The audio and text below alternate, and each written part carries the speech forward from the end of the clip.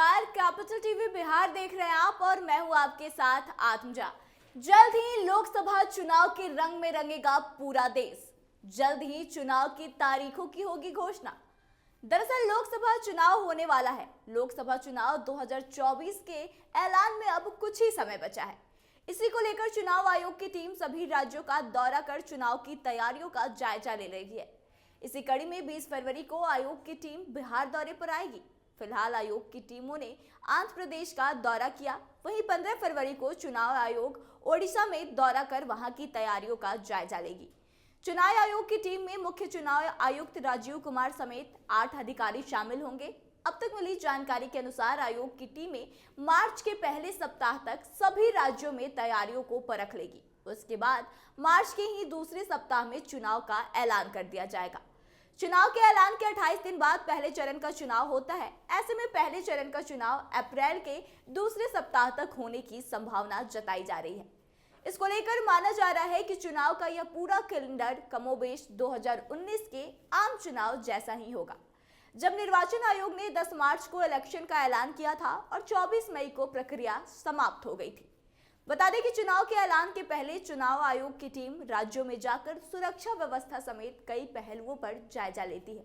उसके बाद जब तैयारियां पहले परख लिया जाता है तो फिर प्रक्रिया शुरू कर दी जाती है।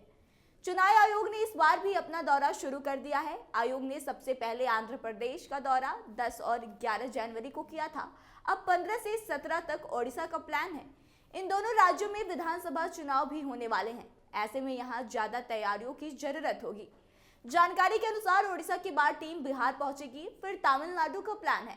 सूत्रों की माने तो इसी महीने के अंत तक यूपी और बंगाल का भी दौरा हो जाएगा। जम्मू कश्मीर भी टीम जाएगी और वहां विधानसभा चुनाव के लिहाज से भी व्यवस्थाओं को परखा जाएगा।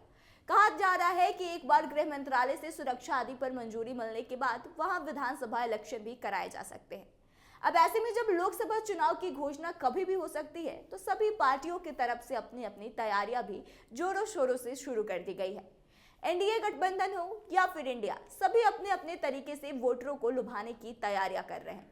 गठबंधन के अलावा जितने भी राष्ट्रीय और क्षेत्रीय पार्टियां हैं, वह भी सभी समीकरणों को आजमा रही है, चाहे वह जातीय समीकरण हो या फिर कुछ और।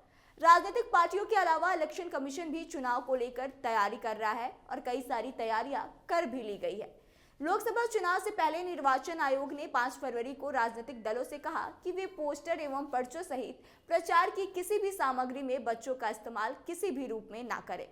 राजनीतिक दलों को भेजे परामर्श में निर्वाचन आयोग ने दलों और उम्मीदवारों की ओर से चुनावी प्रक्रिया के दौरान किसी भी तरीके से बच्चों का इस्तेमाल किए जाने के प्रति अपनी कतई बर्दाश्त नहीं करने की नीति से अवगत कराया। आयोग ने कहा कि नेताओं और उम्मीदवारों को प्रचार गतिविधियों में बच्चों का इस्तेमाल किसी भी तरीके से नहीं करना चाहिए, चाहे वे बच्चे को गोद में उठा रहे हों या वाहन में या फिर रैलियों में बच्चों को ले जाना हो।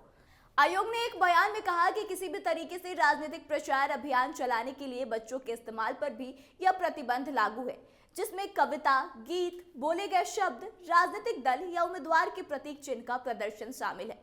वहीं मुख्य निर्वाचन आयुक्त राजीव कुमार ने निर्वाचन आयोग के प्रमुख हितधारकों के रूप में राजनीतिक दलों की महत्वपूर्ण भूमिका पर लगातार जोर दिया है। उन्होंने खास करके संसदीय चुनावों के मद्देनजर लोकतांत्रिक मूल्यों को बनाए रखने में उनसे सक्रिय भागीदार बनने का आग्रह किया। साथ ही उन्होंने कहा था कि अगर इस गाइडलाइन का उल्लंघन किया जाता है तो उम्मीदवार पर बाल श्रम निषेध अधिनियम के तहत कार्रवाई भी की जा सकती है। तो ऐसे में अब चुनाव आयोग की टीम बिहार आने वाली है और उसके बाद चुनाव की घोषणा हो जाएगी और अप्रैल तक चुनाव की प्रक्रिया शुरू हो जाएगी और सभी चरण मई फर्स्ट वीक तक खत्म हो जाएंगे। तो ऐसे में एक बार फिर से पूरे देश में लोकसभा चुनाव की बिगुल बजने वाली है और लोकसभा चुनाव के रंग में पूरा देश एक बार फिर से रंगने वाला है। तो आप लोकसभा चुनाव को लेकर कितने एक्साइटेड है और क्या आपके ओपिनियन है, आप कमेंट करके अपनी राय को जरूर बताएं और आगे की तमाम खबरों के लिए बने रहे हमारे साथ। देखते रहे कैपिटल टीवी बिहार। धन्यवाद।